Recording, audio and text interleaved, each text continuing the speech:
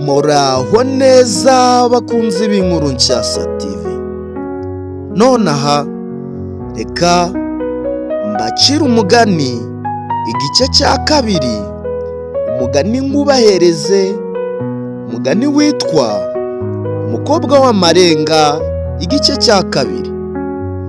Twari duheruka umukobwa witwa Mubajije, bitewe nuko by'urukundo rwiwe na Nkundabana bidashobotse, byarangiye Mubajije abahunze yigiriye mu ishyamba kubera ko yari yabenze umwami.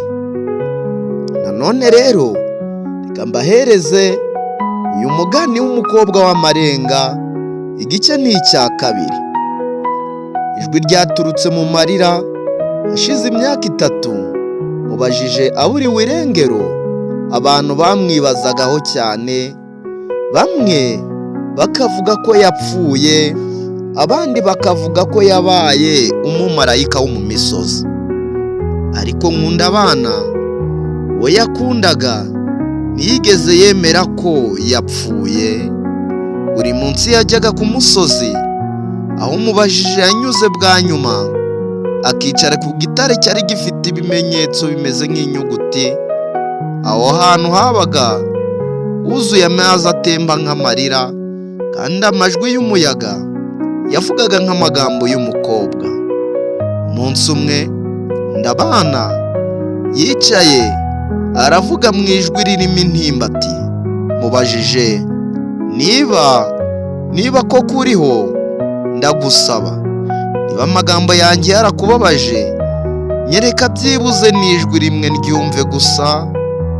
Ako kanya bidatinze umuyaga urahuha cyane, urakangarana, amazi y'amarira arirambura agira isura y'umukobwa. Nkundabana akubitwa n'amashanyarazi y'ubwoba n'ibyishimo icyarimwe. Aho amazi ari hagaragaramo ishusho ya Mubajije, asohoka mu marira amwenyura ariko atavuga.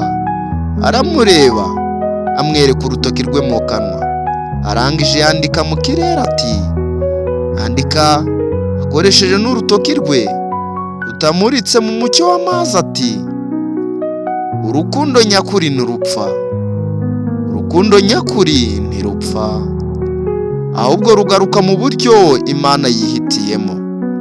Umujinya w'abari baramuhunze rero. Iyo nkuru itangira gukwirakwira mu gihugu.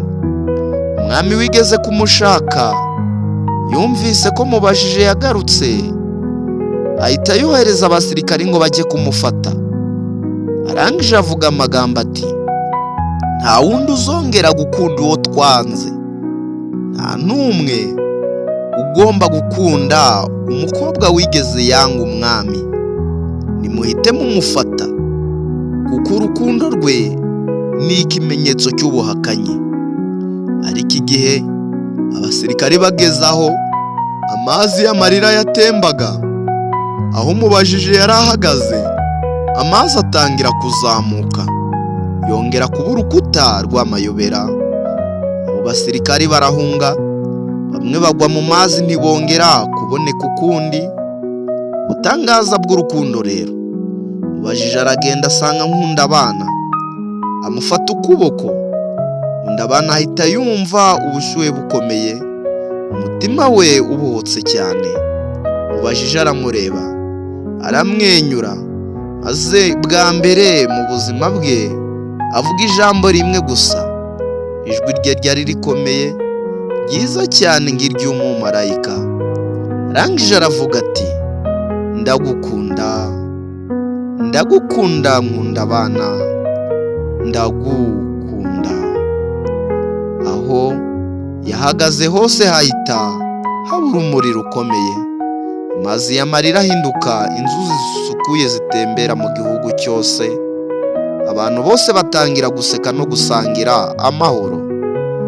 Mubajije aramwenyura aramubwira ati, ijwi ryanjye ryagaruwe n'urukundo rwawe, none ndabaye ijwi ry'amahoro. Ariko Nkundabana niba ukifitemo urukundo rutanyeganyega, ntuzabure kuza aho amazi yanjye azaba atemba, nzahora mpumeka muri yo.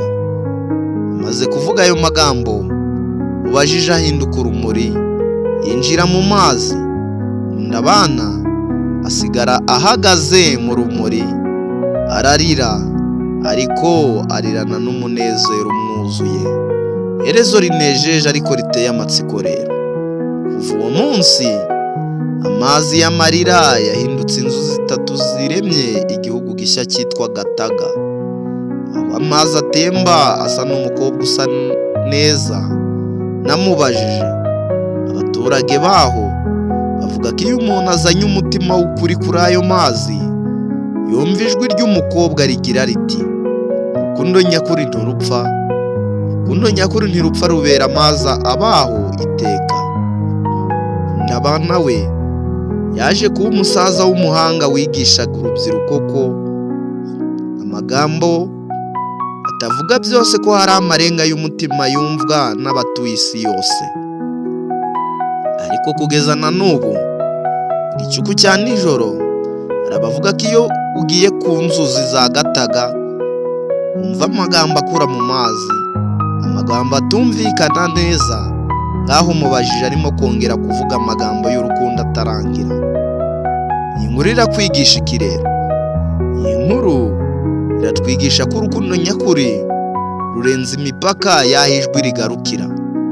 Amagambo ni ubuzima bw'umubiri.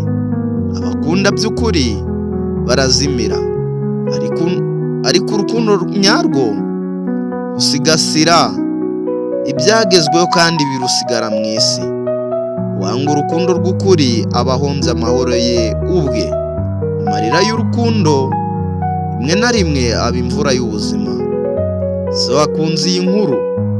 Nanone iyi YouTube ni Inkuru Nshyashya TV.